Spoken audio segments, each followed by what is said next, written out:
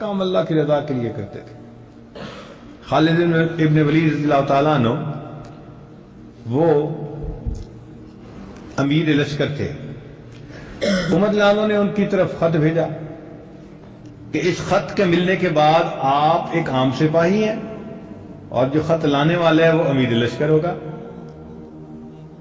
آپ واپس میرے پاس آنا چاہیں تو آ جائیں، عام سپاہی بن کے لڑنا چاہیں تو اجازت۔ تو خالد ابن ولید رضی اللہ عنہ نے عام سپاہی بن کے لڑنا پسند کر لیا۔ بعد میں کسی نے پوچھا خالد ابن ولید رضی اللہ عنہ سے کہ آپ ایک لمحے پہلے پورے فوج کا سپہ سالار اور ایک لمحے کے بعد ایک عام سپاہی، تو آپ کو کوئی محسوس نہیں ہوا؟ ان کا مجھے تو کچھ نہیں محسوس ہوا۔ کیوں نہیں محسوس ہوا؟ ان کا اس لیے کہ جب امیر لشکر بن کے لڑ رہا تھا اس وقت بھی میرا مقصد اللہ کی رضا تھی، اور جب میں ایک سپاہی بن کے لڑ رہا تھا اس وقت بھی میرا مقصد، مجھے تو کوئی فرق ہی نہیں پڑا۔ چنانچہ جب مدائن کو فتح کیا گیا تو سعد بن ابی وقاص رضی اللہ تعالیٰ عنہ نے اعلان کروایا کہ جس مجاہد کے پاس جو بھی غنیمت کا مال ہے وہ لائے، جمع کروائے۔ بڑے دن لوگ چیزیں جمع کرواتے رہے۔ ایک دن ایک آدمی آیا، کپڑے اس کے ایسے پھٹے پرانے سے تھے، لگتا تھا کہ یہ اتنا امیر بندہ نہیں ہے، اور اس نے رومال میں لپیٹا ہوا تھا کسی چیز کو۔ تو سعد بن ابی وقاص عنہ کے پاس آیا اور کہنے لگا کہ حضرت یہ میرے پاس امانت تھی، مجھے ملی تھی، تو یہ آپ لے لیجئے۔ حضرت نے جب رومال ہٹا کے دیکھا تو وہ مدائن کا جو بادشاہ تھا نا، اس کا وہ تاج تھا، اور اس کے تاج کے اندر بڑے قیمتی ہیرے موتی تھے، اور کسی فوج کے بندے کو پتہ بھی نہیں تھا کہ یہ تاج ہے کس کے پاس۔ تو بڑی حیرانی ہوئی کہ اگر یہ بندہ اپنے پاس رکھ لیتا تو ایک ہیرا اور موتی بیچتا تو اس کی زندگی ٹھاٹھ سے گزرتی، مگر یہ کتنا امین ہے، امانت دار ہے کہ اس غریب سے بندے نے یہ چیز بھی لا کر دے دی۔ تو سعد بن ابی وقاص عنہ نے اس بندے سے پوچھا کہ مجاہد تیرا نام کیا ہے؟ تو جب انہوں نے پوچھا تو وہ جو نوجوان مسلمان تھا، مومن تھا، اس نے فوراً اپنا رخ جانے کے لیے بدلا۔ جیسے بندہ جانے لگتا ہے نا تو دوسری طرف رخ پھیر لیتا ہے، اس نے بھی رخ پھیرا اور چلنا شروع کیا، اور چلنا شروع کرتے ہوئے کہنے لگا کہ امیر لشکر، جس اللہ کی رضا کے لیے میں نے یہ عمل کیا وہ اللہ میرا نام بھی جانتا ہے، میرے باپ کا نام بھی جانتا ہے، میں نے اللہ کے لیے یہ کام کیا۔ اللہ اکبر کبیرہ۔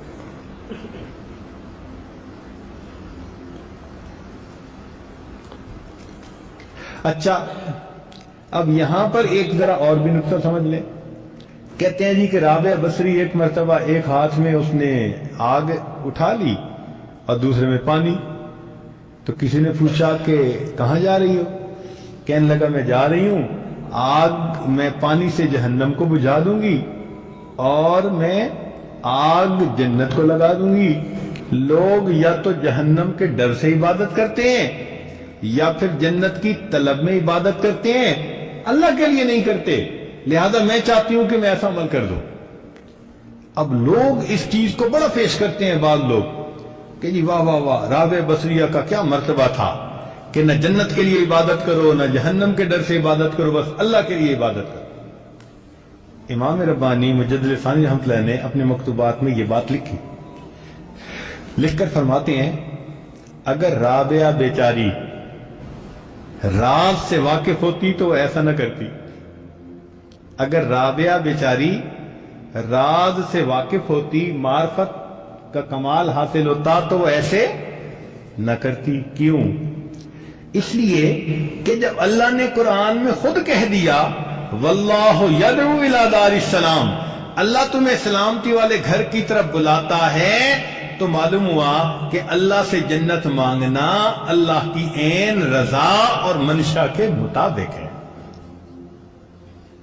اس لیے نبی علیہ السلام نے فرمایا کہ روزہ دار کو چاہیے کہ وہ دعا مانگے اللہم انا نسألک الجنہ ونعوذ بک من النار۔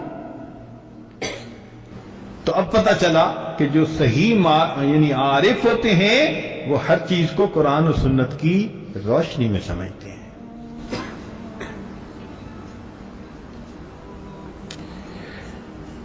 چنانچہ حدیث پاک میں آتا ہے کہ اے میرے بندے، ایک تیری مرضی اور ایک میری مرضی، ایک تیری مرضی اور ایک، اگر تو چاہے کہ وہ پورا ہو جو میری مرضی ہے، اگر تو چاہے کہ وہ پورا ہو جو تیری مرضی ہے، تو اے میرے بندے میں تجھے تھکا بھی دوں گا اور تیری مرضی کو بھی پورا نہیں ہونے دوں گا، اور اگر تو چاہے کہ وہ پورا ہو جو میری مرضی ہے، اے میرے بندے میں تیرے کاموں میں تیری کفایت بھی کروں گا اور تیری مرضی کو بھی پورا کر دوں گا۔